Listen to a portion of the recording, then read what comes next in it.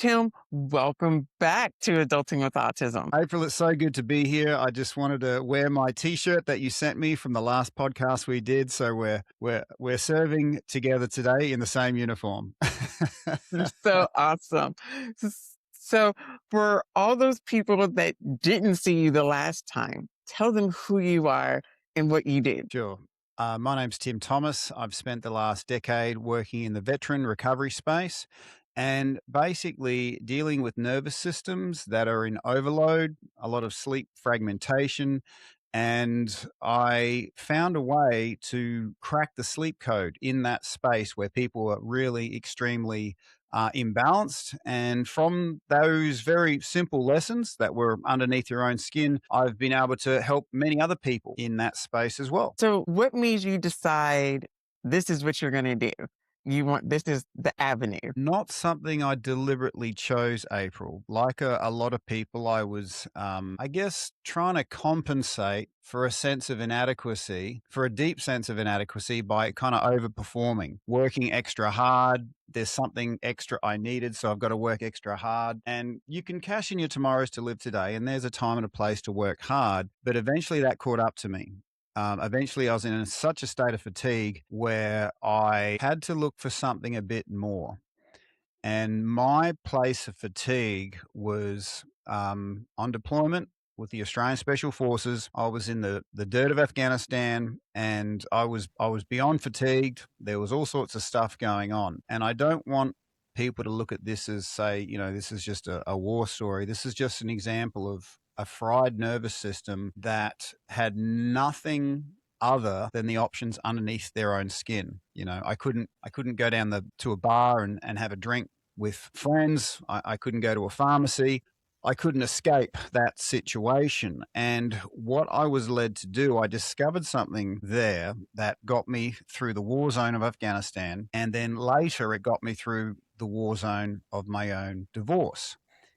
And the very simple thing that is underneath our skin, I discovered it didn't just work with me, it worked with many others. And this is what I've been doing successfully for over a decade. And that was simply learning how to access the medicine underneath your own rib cage, in your own lungs, in your own breath. What I discovered is we don't own a set of lungs, we own a medicine cabinet with a lot of different shelves. And when we breathe a certain way, we elicit a certain response. Now, I didn't know that in the dirt of Afghanistan.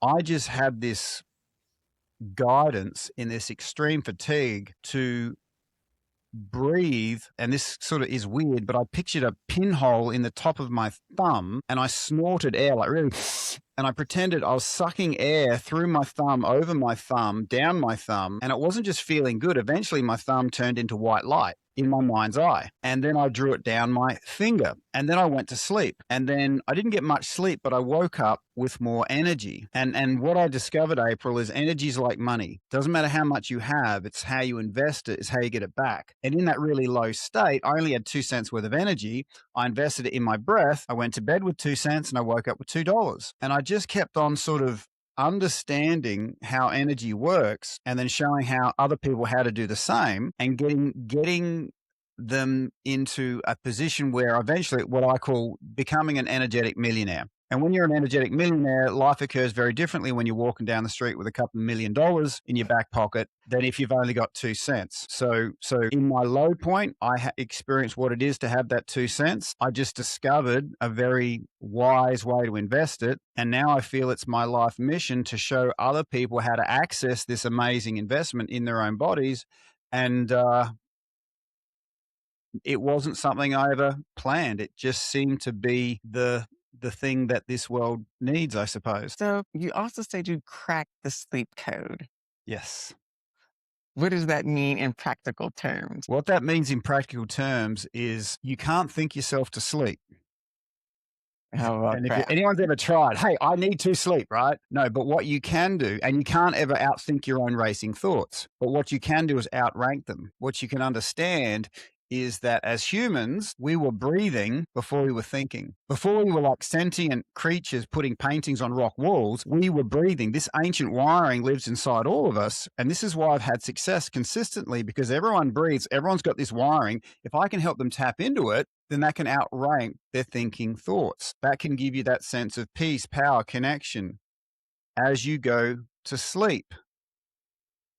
And I'm dyslexic. My daughter's autistic. Mind you, in the 70s, dyslexia was just, and ADHD was just called the stupid kid that couldn't sit still, right? Right. So I had to, and you tell a kid they're stupid long enough, they'll believe it, right? And so one thing I had to get over was the idea that I was stupid. And the other thing I had to get over was the idea that I could actually contribute something worthwhile. So now that but dyslexia, I've been able to see the patterns in human behavior, and I was able to see things that aren't on the spreadsheet, and what this pattern recognition has served me very well in helping others. I say healing, but healing gets you to the starting point of bringing your gifts into the world. What makes me excited is when people bring their gifts into the world. It's like we've all got these seeds of greatness and uniqueness laying dormant inside of us. And once our energy levels picks up to a certain point, they naturally flourish. It's the most natural thing ever. But what's unnatural is being in a state of fatigue. So all I've been doing for with myself and, the many other people I've worked with is gotten them out of fatigue, gotten them out of a sense that they're doing it all alone, because my dyslexia had me seeing a pattern that no one else saw. And that was that it didn't matter if the pain was emotional or physical. I came to this conclusion through, my journey as a veteran, but everyone that's human is probably going to resonate with what I'm going to say next. It doesn't matter if the pain's physical or emotional. It'll get to a certain duration or intensity, April, where it transforms without us even knowing it into loneliness, isolation. I am the only one going through this. And that is a pain us humans don't bear well, because April, we're social mammals. Like, April, if you knew I had your back 100 freaking percent, right? I had you, right? And I knew you had my back 100%, then we are guaranteed a good bloody day. Everything else is going to be a very small detail, and I'm highlighting that as, this is how we're built to be as humans, but to bring that to the other extreme, when the pain, physical or emotional, gets to a certain point where we feel like we're all alone. No one's got our back. Everything's a threat because everything is a threat. And I can't drop my guard for a second because something bad's going to happen. And this is the thing that the mainstream, medical world hasn't seen yet. They're pouring all these resources, millions, billions of dollars into mental health, and it's largely ineffective because it's water off a duck's back to somebody who's feeling all alone, feeling isolated, not knowing who to trust, always scanning for threat, and they're often in a state of fatigue. So loneliness and fatigue are the two biggest blockers in A, someone's healing journey, but B, bringing their gifts into the world. Because how can we bring our gifts into the world when we don't know who to trust and we're completely fatigued? So my work has been rather simple. I've just seen two blockages and removed them: the sense of loneliness and isolation and the sense of fatigue. And then I noticed that people's inner compass just turned on and they knew exactly what to do next. It was like loneliness and fatigue is like a tourniquet on your intelligence. Once you remove those two things, all of a sudden stuff starts happening really, really quickly. Now, for like the neurodivergent adults that are like juggling work and burnout and studying, what are signs that their sleep debt and stress are starting to wreck their life? Because, you just keep going. Okay, I will say this from the extreme state and then start backing it into the short term. In the extreme state of fatigue, I would ask people this question: when was the last time you laughed out loud for no reason? I mean, I did that earlier today, but Right. And that's a really good sign, right? But people in extreme fatigue, when that raises their cortisol level, because I've got to keep going, and it drops out their hormones. So they're in adrenal fatigue and they don't know it. They just think it's normal. And there's so many people doing it, you think it's normal, right? We're in this culture that accepts poor sleep. It's insane. Okay. And the other question I ask people is, when the last time you saw something so completely beautiful, it just stopped you? You either had to take a photo or almost move so deeply that you almost cried. Like, that's a sign. If you haven't seen that in the longest time, that's a sign you're in survival mode. And often people don't know this. They just think it's normal. Everyone's doing it. And when I was in that space, the world we live in loves to give you short-term solutions. I used to pour so much alcohol over these things, you know? So I'm not saying this from a position that this is not a academic awareness that I'm sharing here. Now, if you back it off to if you've been into the fatigue for a shorter period of time, it might look something like, shut up until I've had a coffee. You know, don't talk to me till I've had my coffee, right? I'm not against coffee, and I'm actually not against medicine, but what nobody's talking about, what I'm excited to share, are all the options that are underneath their own skin, which in my case, the options underneath my own skin did a far better job and were far more powerful, natural, and immediate than any pill I took. And I will say this as a person who lost about 6 years of his life to pharmaceuticals, because when I was hurting, like a lot of people, you're very vulnerable. You want Superman to fly in and save the day. And that was taken advantage of. I got dosed up, and I'm like, and it's a short-term win. It really is. I'm like, this is great. You know, pouring all these pills in my head. This is like long service leave in a bottle, right? But there's a few things that I wasn't told, and a lot of other people weren't told, is the cost of taking those things. There is a big impact on you, and there is a big impact on the people in your circle. And nobody tells you how hard it is to get off these things, because these things, consider them like a short-term loan. Yeah, they'll give you $100 to get by, but you've got to pay it back $200 the next week. So you take out another loan. And when you come off these things, everything they give you gets extracted out of you. So I'm very hesitant to have these conversations around pharmaceuticals, because there's a right way to take them, and there's also a right way to come off of them. And it's Right. not something that should be done, in my mind, suddenly, rapidly. I've never experienced such pain than when I was coming off of these things, and so much insanity. I never knew that a second could feel like a minute, because you've got all this discomfort going through your body, and a minute seemed like an hour. So when I share about pharmaceuticals, I'm not anti-pharma, to be honest. There's a time and a place for everything, but Right. consider it like a chemical cast. You know, when you break a bone, yeah, you need a Right. cast on there to protect it, but that's eventually got to come off, and all those muscles that went weak when that cast was there, they got to be reactivated. And all the times you didn't use those muscles, you sort of have to now invest in developing those parts of you that had been ignored for so long, you know? And in my mind, if people only could access especially the power of their breath — I like breath because it's so convenient — then you'd be surprised how little you need of the things outside of your body. So, for people who've never heard of it, what is breathwork in bed? Sure. So that's my company. That's my attempt at making what I do permanent. Okay. So when I was vulnerable, looking for solutions, there were so many people going, "You just got to sleep better, work on your sleep." I'm like, yeah, I know that, but what can I do like right now? Thank you for the good advice I can't use. And I made a promise. Like, I'm ex-military. We love our acronyms, right? Of like, everything's got to pass a P test, as I call it. All right. A P test, 3 Ps.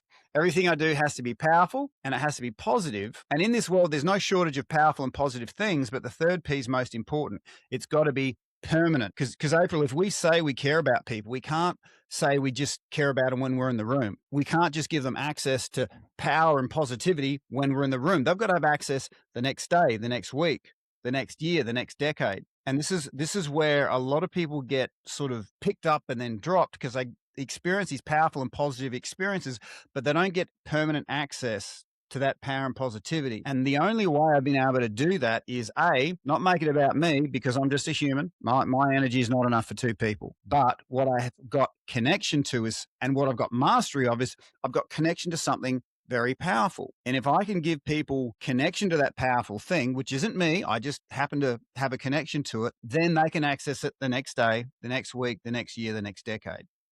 And I created Breathwork in Bed, which is a simple thing that's, just on your phone. You just tell it when you want to sleep, when you want to wake up, and we take care of the rest. And that's what I've observed people need. When they're tired, they don't want to remember 6 things going to sleep. They're busy enough. They just say, look, here's what I want. Take care of it for me. I want my healthy food Uber Eats to my door. I want it delivered to my door. And so that's what I'm like. I want to create the Uber Eats of Breathwork. It's going to deliver past your door into your bed. So Breathwork in Bed, literally just, once you get the app and you tell it, sleep and wake, you just hit that button and it delivers in the breath that will turn your bed into a cloud going to sleep, and then the breath that will turn your bed into a trampoline in the morning. And that's the genius, is having it exactly when you want it, not having to remember 6 things, and winning the first 5 minutes of the day. Like, going to sleep is one thing, but a lot of people who are fatigued, myself included, and the veterans have a really good name for this. When we wake up, the veterans say we have these negative vultures on the bedhead ready to swoop into your brain when you first become conscious and you've got all this negative stuff going through your head. And that's a very different experience, swinging your feet over the edge of the bed while you're fighting these negative vultures, than staying in bed, connecting to your breath, removing all the stuck energy that's there when we wake up, and then swinging your feet over in that connected state of being, and connected through your own breath. So the high-tech part of Breathwork in Bed isn't, Breathwork in Bed app. It's the access it gives to your own lungs. And we do need to have that as a guided thing, because breath is our oldest habit. For us to get the medicinal version of our breath, it does need to be guided. So that's why I made Breathwork in Bed, because it's my attempt for giving people permanent access. So we're having an awesome conversation, and I love authentic conversations, April, because it's like a fire. Everyone's sitting around it, no matter what angle they're on, gets this wonderful warm feeling of connection, right? But I made the app so people can have permanent access after this wonderful and warm conversation. I would feel that I'm fulfilling on my P test, giving people access, because I've created this, and I wouldn't feel like I would be fulfilling on that if I couldn't give people something to have access to literally tonight. And this is the good thing that you're going to discover about your own breath, is you can access it anytime. And it's, like I said, it's not a set of lungs. It's like the best life partner you're ever going to have. It's your own lungs are the power in your corner. Your best friend at 2 a.m. They're there when you go to sleep. They're there when you wake up. When you're walking down the street and something's pissing you off, you can breathe through it, okay? Because there was a version of me that didn't know about how to self-regulate, get myself back to the mature version of Tim. And things would piss me off during the daytime. And that would just be like more rocks in the backpack, more rocks in the backpack. And at the end of the day, I would just be pouring alcohol over all this imbalance. So that's why I feel like I was led to do that, to give me skin in the game, to give me the motivation and the passion and the sincerity to share this message about what people have under their own skin. So, how do you adapt it for like people that have trauma histories or panic, anxiety? Yeah. And what nobody told me about breath work is that because it's so powerful, there's often, not always, but often a lot of resistance. So when my brain was in trauma mode, when my brain was going through a divorce and at 2 a.m. I couldn't sleep, do you think the fact that I just knew breath work would give me peace was enough to start me breathing? No, my brain, what I discovered, is like a garden. Whatever I water grows. And I was watering the weeds of stress. I was watering the weeds of trauma. And those things don't just take over your brain. Eyeballs pop out of them. And those things become sentient. They become aware of the things that I do that feed them, and they become super aware of the things that I do that starve them. And so they were in no way interested in having me breathe. If I could give a small example of this. So think about the time that, you want to exercise. And before you go exercise, there's a part of you going, let's not do this now. Let's do this later. Let's look at our phone. Oh, look at this thing. Let's procrastinate for a bit, right? So they're the disempowered parts of you, knowing that if you become physically empowered, they get kicked out. You get that? Yeah. All right. So they're aware enough that once you become fully powerful, they get kicked out and they scream the loudest because they're quite happy to stay in your head, just taking up your energy, right? But when they're about to get kicked out, they're like, well, no, don't do that. We want to stay here. You know what? Let's get April to procrastinate. Let's do this. Let's do that. Blah, blah, blah. Distract. Think about it. Do it later. So once you're aware of the parts of us that we're feeding without knowing it, we can start using them as an indication to move forward. So the parts of me that says, oh, don't work out, let's do it later. And then when you do work out, when you do that exercise, you're like, oh man, I needed that so badly. And I didn't need that. If I listened to those disempowered parts, I never would have got to the places I needed to go to. So what I'm trying to say here is, and I'll make it real, 2 a.m., going through my divorce, in my head was a worse war zone than Afghanistan. And I was feeding the weeds of stress. They were loving it. Even though I knew breath work would help, I couldn't do it. And knowing what to do was not enough. And I got up. I was about to take alcohol, drugs, maybe do self-harm, maybe all three. And at that point, April, this one thing I did put a tear in the fabric of space and time. There's a version of me that went forward, took drugs, alcohol, self-harm, and there's a version of me that did this. I looked at my left thumb. I said, Tim, you can take one freaking breath. And I drove it into my chest and oh my gosh, this is working, take 2. And I took a second finger and I drove it into my chest. This is working, take 3. Okay, get to 5. And then finger after finger, breath after breath. And somewhere between breath 15 and breath 25, those freaking stress weeds got kicked out. The rest of my brain came online and said, Tim, this is working. Don't stop. And I realized just how powerful breath work was in that moment. But I also realized that there was opposition. We often have opposition to the parts of us that we've been feeding without even knowing it. And so I thought, well, I have to find a way to get around my own internal resistance so I can get into this state of chemical empowerment, because I have to point out a difference here. Breath work isn't meditation. Meditation is thoughts controlling thoughts. And if you've got a train wreck going through your head, that's really hard to turn around, right? Right. But breath work is like going to the side of the house and pulling the fuse box out. It's a chemical override. And this is why I lean into it. And this is why I feel confident in recommending it. But I also know that when you need it the most, we need an external focus point. We don't do this for ourselves, because what I'm doing for myself is feeding the stress weeds without even knowing it. But if I can focus on something outside of me, all of a sudden I can step around that and then get access to the good stuff that's inside of me, So an external focus point to get an internal result. So here's what I did in the early days, April. I just made these stupid recordings of me going, "Hey Tim, breathe in. Hey Tim, breathe out." Right? It was so stupid. But the thing is, in the army, we say if it's stupid and it works, it ain't stupid. Right? And it just kept working. I'm like, this is so stupid, but it's working. And at 2 a.m., I would press that button again and breathe in, breathe out, and it just kept working. And I thought, well, okay, it's working for me. Let's see if it works for others. And I shared it with others. It worked for them. And I'm like, okay, well, if I've discovered something that actually helps people, then it's my responsibility to give people access to this, because right now there seems to be such a lack of truly empowering knowledge in this world, because I just want to highlight something here. When people have trauma and then they're in a position of vulnerability because they're fatigued and they're Right. feeling alone and isolated, right? Right.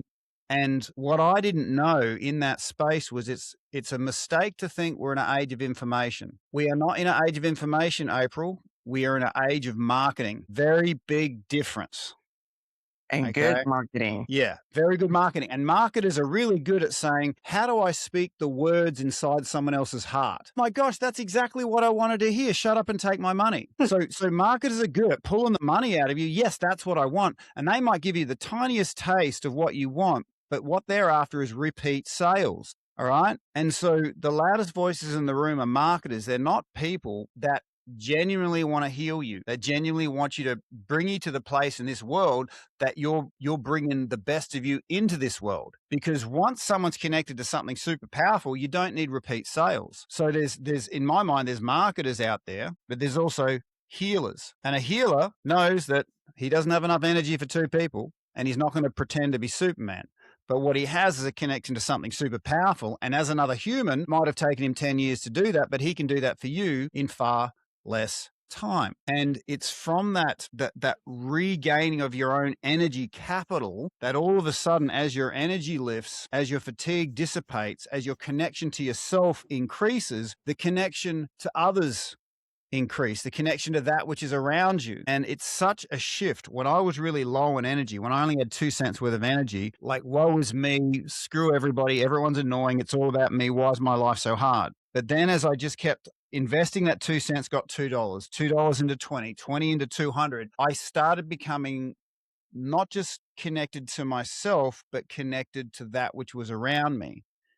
And what I also saw, that there was no holding ground. Energy is either connecting to more things and then to more things, or it's disconnecting, disconnecting, disconnecting. And in the veteran space, the biggest disconnect that is very apparent, and I know it's not isolated to veterans, but this is the space that I've been working in, is suicide. Yeah. Because and I have to speak to this right now because this is what just keeps happening without people giving words to it. When people are really hurting, there comes a point where they've pushed through as much as they can, and unknowingly they have a conversation that goes something like this: what do I know right now?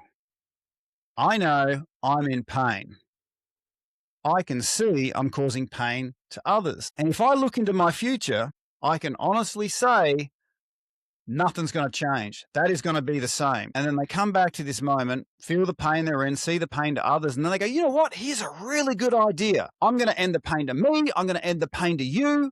I'm going to do everyone else a favor because of me removing myself physically from this world. But that's when I challenge them, because I was challenged by someone in this same conversation. So the conversation I had with them is nothing new. It's just something that's been passed down. I say, listen, if you are fully committed to killing yourself, nobody can stop you. But I want to challenge you on the idea that you doing that is going to reduce pain. The anyone who knows you, the pain that they feel is going to be times by about 1,000. So don't kid yourself and think you're doing someone a favor. No, you're only going to be increasing the pain to everyone who knows you. But I don't just leave it there, because the most powerful thing that we can do for others is break their isolation. And, I came to this through the veteran space, but I want to ask everyone a question right now, because if you can get this is going to be a massive breakthrough. So everybody is up against something, some obstacle, something that they're really struggling with. It could be work, it could be a relationship, it could be trauma, it could be cancer, whatever it is. Think of the thing that you're up against. Think of the thing that you're struggling with, and ask yourself, how many other people do you think are up against what you're up against right now on this planet? And don't just say a lot. Give it a number, Give it a number. All right. And comfortably, I could probably say 2 million in a world of 7 billion people. There's probably 2 million people alive. They're real people. They're really, really alive right now. And they're on this planet with you, and they're up against what you're up against. Now, what I want you to do is put those 1 million people on your right, 1 million people on your left. Because when I did this, they were looking at me. They weren't saying anything, but I could see the pain, because I was feeling it myself. I could see the pain that all these people were in, and they're looking in and they're saying, Tim, if you can find a way forward for you, you can find a way forward for us. And when I had that conversation with myself, April, that was the moment my isolation broke, because I realized then, man, it's so hard to make progress when you're really hurting and you're low. It feels like it takes you a year to make an inch of progress. But when I saw those 2 million people, it wasn't just 1 inch of progress. It was 2 million inches of progress. And then all our actions, if we just take that one action, if we just make that one connection, finding a good healer, then you've done that for a multitude of others. And consider taking one empowering breath. That's not just one breath. You're taking 2 million breaths for all those people left and right. If you can breathe into all these people, you can help them overcome. Because I'll say this, when these people met you, because a lot of these you haven't met yet, when they do meet you at some point in the future, they're going to say, you know what, we are so glad that back when you were listening to that podcast with April and Tim back in 2026, we're so glad you chose to move that inch forward. We're so glad that you broke your own isolation, that you knew you were going to meet us at some point in your future. And that's been the power moving forward as I've experienced it, connecting to all those other people in that space, knowing at some point you're going to meet them and they're going to be so glad that you chose what you chose before you did. Tim, where can people find you, your work, Breathwork in Bed? Well, professionally, look me up on LinkedIn, Breathwork in Bed. Of course, I've got my socials. But if for people that want to just have a good night's sleep tonight, grab your phone, Breathwork in Bed. There's even a 28-day free option available to people. And those 5 minutes going to sleep with breath and those 5 minutes waking up or getting back to sleep in the middle of the night, that's going to be the biggest win. So I don't tell the mistake people make is when they're hurting, they think, well, I've got to do more. I say, no, don't do more. Your daytime hours are already fully booked. Let's work on improving the nighttime hours. And that's why, I did what I did to have Breathwork in Bed accessible literally tonight for people that want to start banking their sleep. Don't try and solve the world. Just get one good night's sleep and you'll just notice the version of you that's kicking around in the world. As you start banking these good night sleeps, you'll just start seeing all these incredible things happening once you be the version of you that knows how to connect to their breath, knows how to get to sleep properly, knows how to wake up properly. Tim, thank you so much for coming back. It was great to be here, April. I really enjoyed seeing you again, and I hope we could reach I know since we've last spoken, you've got quite a large audience now, so it's so glad to be with you at grassroots level. It's so great to wear the t-shirt and serve alongside of you today.